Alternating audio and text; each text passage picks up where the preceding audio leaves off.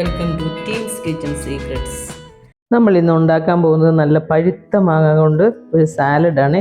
ഇത് തൊലിയൊക്കെ കളഞ്ഞ് ഞാനിങ്ങനെ വെച്ചിട്ടുണ്ട്. ഇനിയിപ്പോൾ ഇത് നമുക്ക് ചെറിയ പീസാക്കി എടുക്കണേ. ഇപ്പോൾ ഒരു മാങ്ങയുടെയൊക്കെ ഒരു സീസൺ അല്ലേ, മാങ്ങയൊക്കെ എപ്പോഴും കിട്ടാറൊക്കെ ഉണ്ട് കേട്ടോ. ചെറിയ പീസാക്കി എടുക്കണം. ഇത് ശരിക്കും പണ്ട് ഞങ്ങളുടെ അമ്മ ചെയ്തു തന്നിട്ടുള്ള ഒരു ഡിഷാണിത്. ഇതുപോലെ ഉച്ച സമയമൊക്കെ ആകുമ്പോഴത്തേന് ചോറുണ്ണുന്ന സമയമാകുമ്പോൾ അമ്മ ഇതുപോലെ പഴുത്ത മാങ്ങ, നമ്മുടെയൊക്കെ വീടുകളിൽ ഇഷ്ടംപോലെ അന്നേരം മാവൊക്കെ ഉണ്ടല്ലോ, പല ടൈപ്പ് മാങ്ങയൊക്കെ കിട്ടുമല്ലോ ആ സമയം.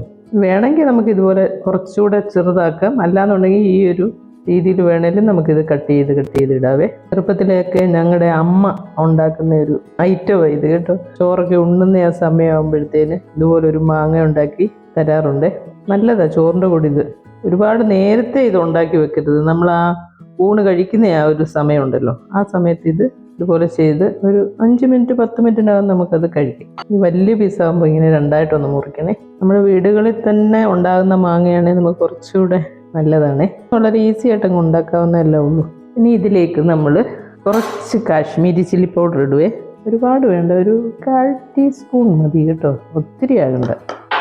ഒരു സ്വല്പം ക്രഷ്ഡ് ചില്ലി, അതൊരു ഭംഗിക്കും കൂടെ വേണ്ടിയായിരുന്നു കേട്ടോ. കാശ്മീരി ചില്ലി പൗഡർ ആകുമ്പോൾ ഒരു കളർ കിട്ടുമല്ലോ. നമ്മൾ ഈ ഒരു ചില്ലി പൗഡറും കൂടെ ഈ ക്രഷ്ഡ് ചില്ലിയും കൂടെ ഇടുമ്പോൾ അതിങ്ങനെ ഇരിക്കുന്നത് കാണാൻ നല്ല ഭംഗി, അതിനായിട്ടാണ് ഞാനത് ചെയ്യുന്നത്. പിന്നെ നമുക്ക് വേണ്ടത് എന്താണെന്ന് വെച്ചാൽ ആവശ്യത്തിന് ഉപ്പ്.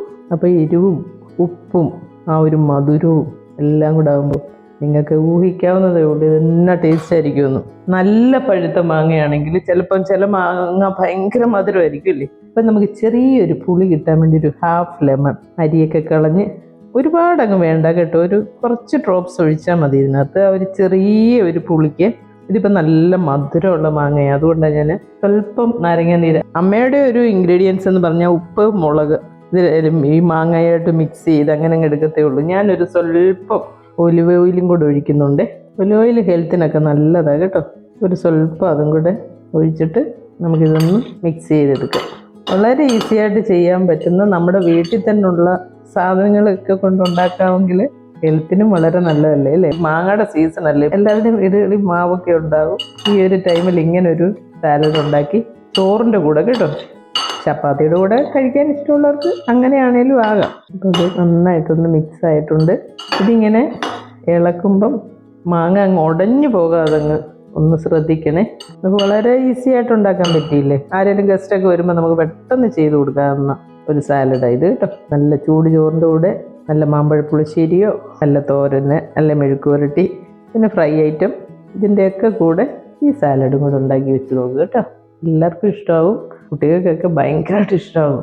ഇതിൻ്റെ ഒരു കോമ്പിനേഷൻ നിങ്ങളൊന്ന് ആലോചിച്ചാൽ മതി. മധുരം, പുളി, ഉപ്പ് എല്ലാം ഉണ്ട് ഇതിനകത്തില്ലേ, എരിവ്, ഇതെല്ലാം കൂടെ ചേരുമ്പോൾ നല്ല അടിപൊളി ടേസ്റ്റ് ആയിരിക്കും. എല്ലാവരും ട്രൈ ചെയ്യുക. ഇഷ്ടമാകണേ ലൈക്ക് ചെയ്യാനും ഷെയർ ചെയ്യാനും സബ്സ്ക്രൈബ് ചെയ്യാനും മറക്കല്ലേ. അപ്പോൾ അടുത്തൊരു വീഡിയോ ആയിട്ട് നമുക്ക് അടുത്ത ദിവസം കാണാം. Thank you.